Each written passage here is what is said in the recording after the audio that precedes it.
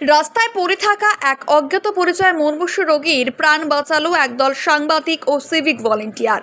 বর্তমান সময়ে সিভিক সম্বন্ধে জনসাধারণের মধ্যে একটা বিরূপ প্রতিক্রিয়া দেখা যায়। সিভিক নিয়ে নানান সময় নানান অভিযোগ থাকে অনেকেরই। তবে আজকে পূর্ব বর্ধমানের মেমারি থানার দুই সিভিকের উদার মানবতা আপনার মন জয় করবেই। আসুন আমরা জেনে নেব বিস্তারিত। এক সাংবাদিক জিটি রোড দিয়ে মেমারি যাবার পথে মেমারি থানার নদীপুরে পূর্ব পরিচিত ব্যক্তির মাধ্যমে জানতে পারে রাস্তার পাশে এক অজ্ঞাত পরিচয় যুবক অসুস্থ অবস্থায় পড়ে আছে।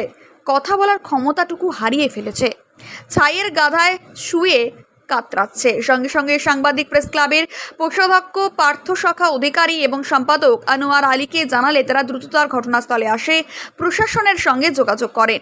এদের মধ্যে ঘটনাস্থলে আসে মেমারি থানার একজন সিভিক রামকৃষ্ণ মালিক এবং ভিলেজ পুলিশ তাপস রায়।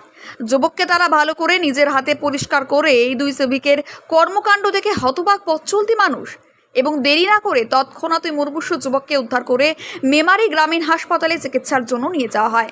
ইতিমধ্যে হাসপাতালে উপস্থিত হয় মেমারি থানার পুলিশ। বর্তমানে ওই যুবক মেমারি হাসপাতালে চিকিৎসাধীন। আর এর সাথে বলে রাখি, সাংবাদিকদের কাজ শুধু সংবাদ সংগ্রহ করা নয়, সেই সাথে সাথে সমাজের প্রতি একটা দায়বদ্ধতা থেকেই যায়। আজ আমাদের বর্ষিয়ান সাংবাদিক পার্থবাবু এবং সাংবাদিক আনোয়ার দা যে কাজটি করেছেন, ধন্যবাদ দিয়ে তাদেরকে ছোট করতে চায় না। এমনভাবেই এগিয়ে আসুক আমাদের সাংবাদিক মহল এবং সংবাদ সংগ্রহণের পাশাপাশি আর্ত মানুষের পাশে দাঁড়িয়ে দৃষ্টান্ত স্থাপন করুক সমাজের বুকে। তো এই ট্রান্সপোর্টের পাশে এক ভদ্রলোক পড়ে আছে, এই ব্যাপারে কিছু জানেন? এই 10-12 দিন আছে, আমরা খাবার টাবার দিই, যখনই চাই খাবার দিই। দিয়ে আজকে হঠাৎ পুজো টুজো করে দিয়ে এলাম এর কাছে, বললাম খাবি, বললো না প্রচুর শরীর অসুস্থ লাগছে। যে সঙ্গে সঙ্গে আমি আপনাকে ফোন করি যে দাদা এই ব্যাপার এই করছে। খুব সুস্থ লোক ছিলেন, এই ছায়ের গায়ে পড়ে এই ধরনের মানে কি মানে অসুস্থ মানে একদম কথা বলতে পারছে না, কথা বলেও না, 10 দিন ধরে কথা বলতে পারে না।